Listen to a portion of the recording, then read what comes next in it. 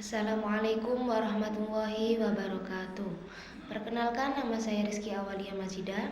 Di sini saya akan menerangkan tentang komunikasi, di mana pada tugas administrasi dan supervisi pendidikan yang berjudul komunikasi yang diampu oleh Bapak Fikri Farihin. Baik, di sini untuk lebih singkatnya saya akan menjelaskan tentang pengertian komunikasi. Komunikasi mengandung makna bersama-sama atau common.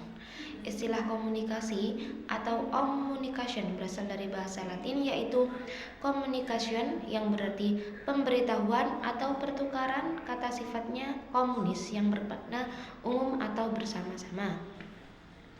Komunikasi adalah suatu pemindahan atau makna pemahaman dari pengirim kepada penerima. Di dalamnya tercakup 3 bagian penting dari komunikasi yang efektif, yakni sang pengirim, sang penerima, dan keberhasilan pengiriman. Maka komunikasi dalam organisasi didefinisikan sebagai upaya untuk meniadakan kesenjangan sehingga pihak-pihak dilibatkan dalam proses komunikasi itu menjadi saling dekat satu dengan yang lainnya. Dengan demikian, hakikat komunikasi ialah saling mengakrabkan. Yang selanjutnya yaitu unsur-unsur dalam proses komunikasi. Ada beberapa unsur dalam organisasi. Yang pertama, komunikator. Komunikator sendiri adalah orang yang menyampaikan pesan kepada orang lain. Yang selanjutnya, komunikan adalah orang yang menerima pesan dari orang lain.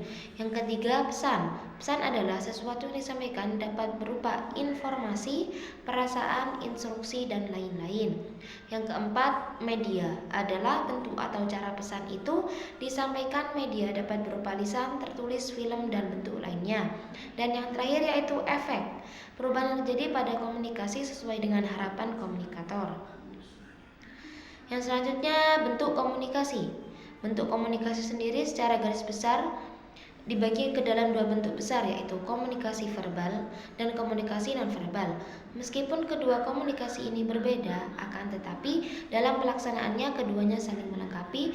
Bahkan dapat dikatakan bahwa dalam setiap komunikasi verbal akan selalu didukung oleh komunikasi nonverbal. Komunikasi verbal adalah komunikasi yang menggunakan simbol-simbol yang berlaku untuk umum. Sedangkan komunikasi nonverbal adalah komunikasi yang menggunakan sejumlah kumpulan dari isyarat, gerak tubuh, intonasi, suara, sikap, dan sebagainya. Ada 5 menurut komunikasi nonverbal menurut para ahli. Yang pertama, kinesis, prosekmik, kronemik, oksulesik, dan physical appearance.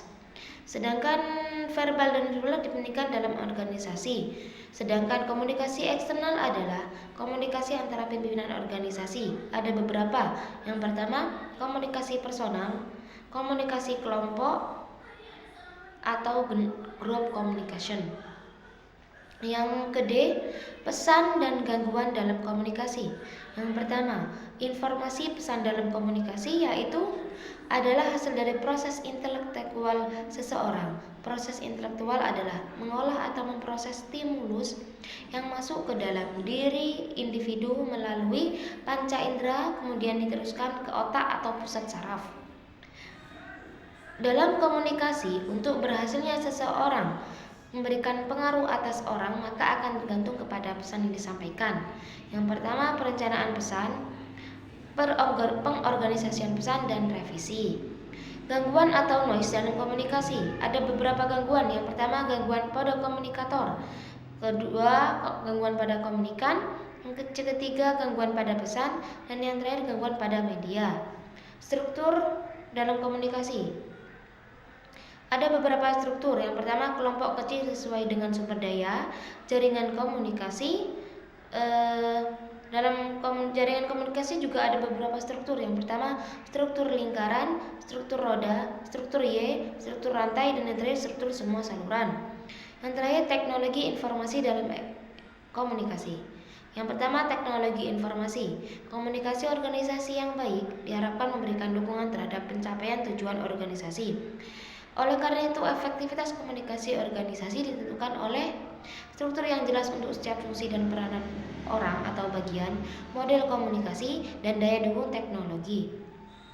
Adapun jenis-jenis teknologi dalam komunikasi, yang pertama teknologi dalam komunikasi tertulis dan teknologi dalam komunikasi lisan. Permasalahan dalam teknologi informasi.